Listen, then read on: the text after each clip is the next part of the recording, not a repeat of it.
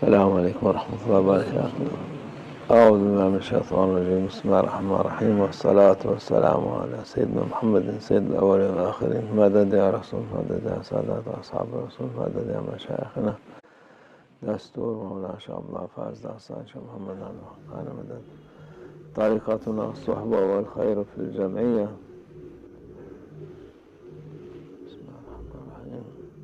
بسم الله الرحمن الرحيم. والذين آمنوا بالله ورسوله أولئك هم الصديقون والشهداء عند ربهم أجرهم ونورهم. بسم الله الرحمن الرحيم.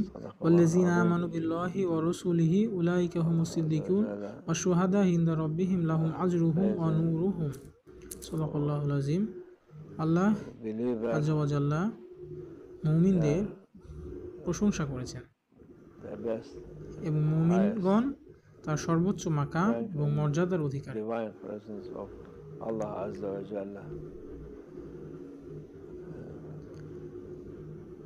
important for এবং এটি জানা আমাদের সকলের জন্য জরুরি যেন আমরা তাদের মতন হতে পারি, যেন আল্লাহ আরশে আজিমে আমরা প্রশংসিত মুমিন হিসেবে দাঁড়াতে পারি। এবং এটি কিভাবে অর্জন সম্ভব? এটি কেবল আউলিয়া আল্লাহদের অনুসরণের মাধ্যমে সম্ভব, কারণ তারা আমাদেরকে সেই উচ্চ মর্যাদা এবং মাকামের অধিকারী করে। কারণ তাদের ছাড়া কেউ এই উঁচু মাকাম বা মর্যাদা পৌঁছতে অর্জন করতে পারবে না।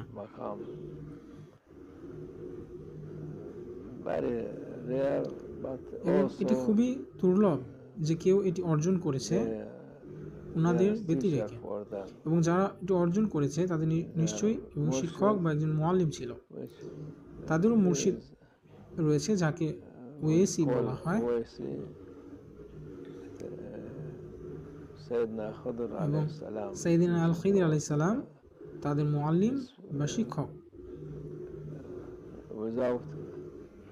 কিন্তু একজন মুর্শিদ ছাড়া এবং একজন শিক্ষক ছাড়া আপনি কখনোই ভালো কাউকে অনুসরণ করতে সক্ষম নন। এবং যে কাউকে অনুসরণ করে না তার মুর্শিদ শয়তান।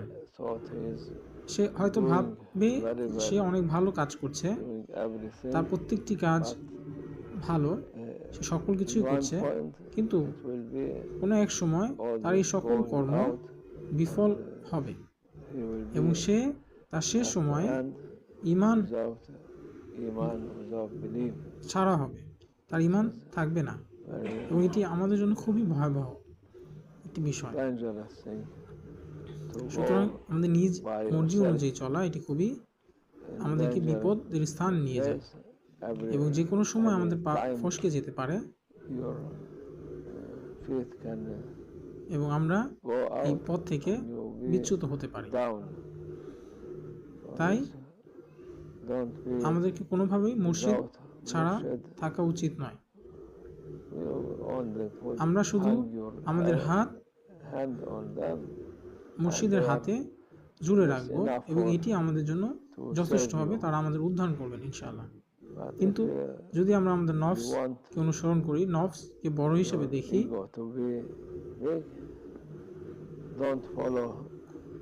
এবং ওনাদেরকে অনুসরণ না করি, আমরা আমাদের যা মর্জি হয় তাই করি, তাহলে আমাদের শেষ সময়ে আমরা বিচ্যুত হব, বিপদগামী হব এবং আমাদেরকে উদ্ধার করার জন্য আর কেউ থাকবেন না।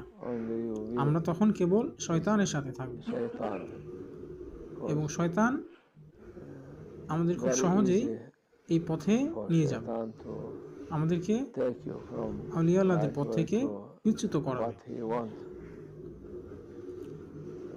ইন্নাদ দীনা ইনদাল্লাহিল ইসলাম, আল্লাহ আজ্জা ওয়া জাল্লার কাছে গ্রহণযোগ্য দ্বীন শুধু ইসলাম।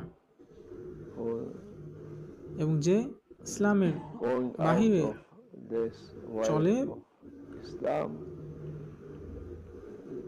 আল্লাহ তাকে কবুল করেন না। আল্লাহ আজ্জা ওয়া জাল্লা কুরআন আযীম শানে বলেন,